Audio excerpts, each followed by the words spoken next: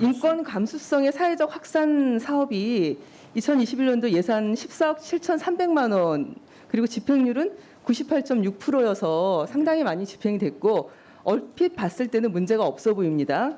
근데 최근 우리 운영위 위원장께서 페미니즘은 자기 돈으로 하라 이런 발언을 저는 보고 사실은 이 집행률이 98.6%인 이 사업이 사회적으로 큰 실효성이 있어 보이지 않는다. 저는 사실 그런 판단을 하고 있습니다. 그래서 이게 지방의회 의원 공직선거 예비 후보자뿐만 아니라 국회의원도 혐오 발언을 하지 못하도록 할 사업이 필요한 건 아닌가. 넷플릭스 같은 경우도 다양성 보고서를 내고 있습니다.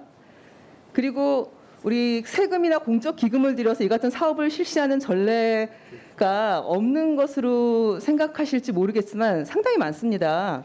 더군다나 박근혜 정부 때도 2016년 방송통신위원회에 미디어 다양성 조사를 했습니다. 국가인권위원회가 한국방송학회 2017년 의뢰해서 그 출연자의 성비를 비교하는 방식의 미디어 성차별 실태 모니터링한 결과 발표한 게 있는데 우리 권성동 원내대표 주장과는 달리 제작진과 출연자 성비 분석은 콘텐츠의 성평등을 측정하기 위해 국내외에서 일반적으로 사용되고 있다.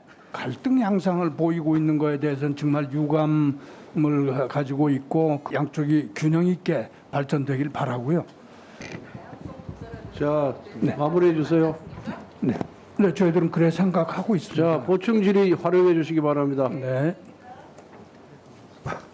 이수진 의원님, 질의하실 때 본인 생각만을 갖고 물어보시면 되지 위원장의 의견을 비판하면서까지 물어보실 필요는 없습니다. 그렇게 되면은 제가 또 여기서 제 신상 발언을 해야 돼요. 그렇게 신상 발언을 해야 되니까 앞으로 그런 점을 좀 유의해 주시기 바라고요. 본인 주장만 하십시오. 됐습니다. 다음 이장섭 의원 질의하시기 바랍니다. 지난 8월 18일 이종호 장관 등에 대한 출석권을 정식 안건으로 상정해서 가결시켰음에도 오후까지 이어진 회의에 출석하지 않은 것 또한 알고 있습니까? 위원회 의결이 있으면 국무위원이 출석하는 것은 의무라고 생각합니다.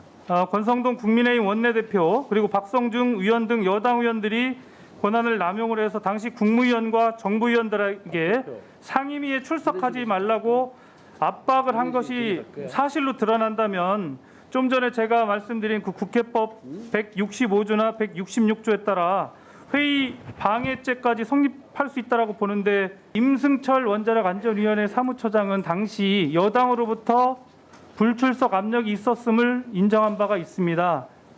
심지어 그날 국민의힘 과방위 간사로 내정된 박성중 의원의 의원실에서는 그날 전후로 회의에 참석한 부처의 직원들을 불러 질책을 하였다는 말이 국회 보좌진 사이에서 나돌고 있다고 합니다.